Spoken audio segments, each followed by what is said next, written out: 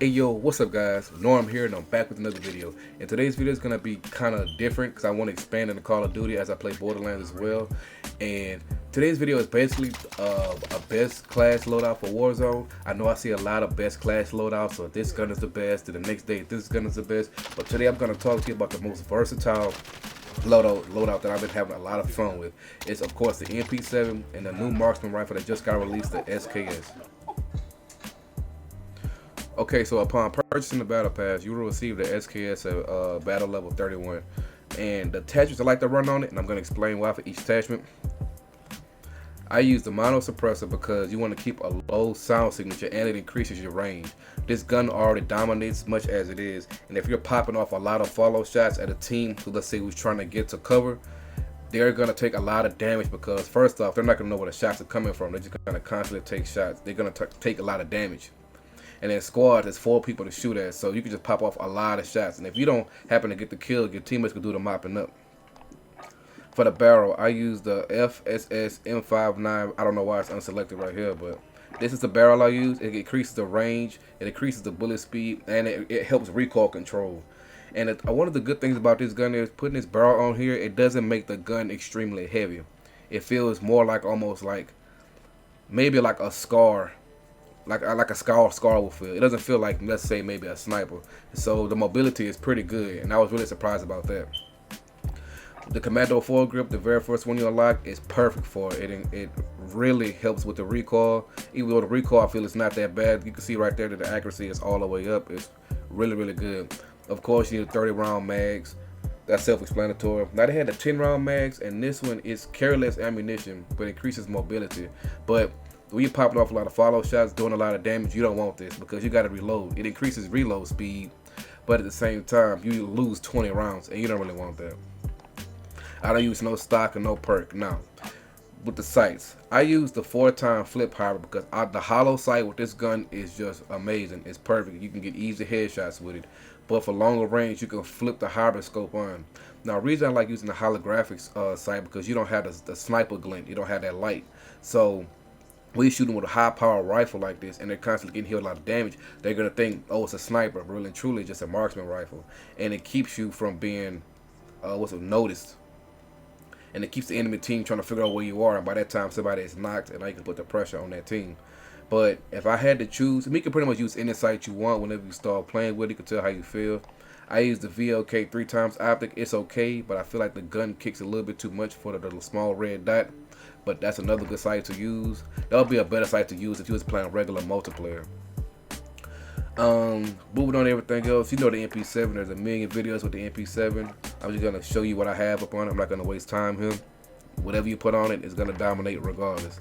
All right, for perks, I run EOD because with the spam of RPGs, because of vehicles and C4s and sometimes even bouncing betties, I like to run EOD because I hate getting one-shotted by RPGs. It makes me want to break a monitor. I'm so serious. But that's pretty much all I use. I will not interchange with anything else. Now, for overkill, you gotta run overkill this class setup with the MP7 and SKS on my skip passes. But I also got another class set up to run Ghost. So if I pick up another loadout drop in the game, I will have Ghost on the class while I'm running the SKS and the MP7. You guys probably already know about that. And for the last one, it's really interchangeable because I use Tracker because toward late game or toward tight spaces, a lot of people like to move around a lot. And I feel like running into a house, knowing exactly where they went to or what corner they went or what corner they crawled into, I can better locate them. I don't want to walk into a room and there's a person sitting in each corner and I die. So Tracker helps me understand to whether I should enter a space or maybe even just back out and just leave that team alone if they're camping a little too hard. I don't use Spot. I feel like it's useless. Battle Harden, with everybody using a heartbeat sensor, nobody really uses flashes and concussion unless it's very early game, and half the time I don't get flash or stunned in. Like maybe out of 100 games, I might have got stunned a flash maybe twice. Like I'm serious. Shrapnel, you don't need this because you can pick up 2 pieces of explosives during the game, so that's whatever. Amped, I don't use this because I don't use the RPG. And Tune Up, and it says you can reduce the revive time by 25% in Warzone. It really doesn't matter because the revive time is extremely fast anyway, so that's kind of pointless. But all these are pretty much interchangeable. But I use Tracker to make sure I keep a a heads up on what people then went or ran to. Of course, I use C4. There's nothing better than blowing up helicopters and trucks, those big heavy duty trucks. There's nothing better than blowing all the stuff up. And of course, the heartbeat. It's early game or late game. A lot of people don't run ghosts, but simply because of overkill. And that heartbeat can really save your life. It can keep you from walking into a whole house of maybe 20 people just sitting there and nobody's moving. True story. Okay, the reason why I feel like the MP7 and SKS is a deadly combo because with the SKS, it's not a heavy per se sniper, and you can shoot enemies and you can mop them up with the MP7. And the thing is, with the SKS, it excels at all ranges. When I say all, I mean all ranges. Now with those extreme long ranges, of course you'll want to sniper, but ranges like that, no problem at all.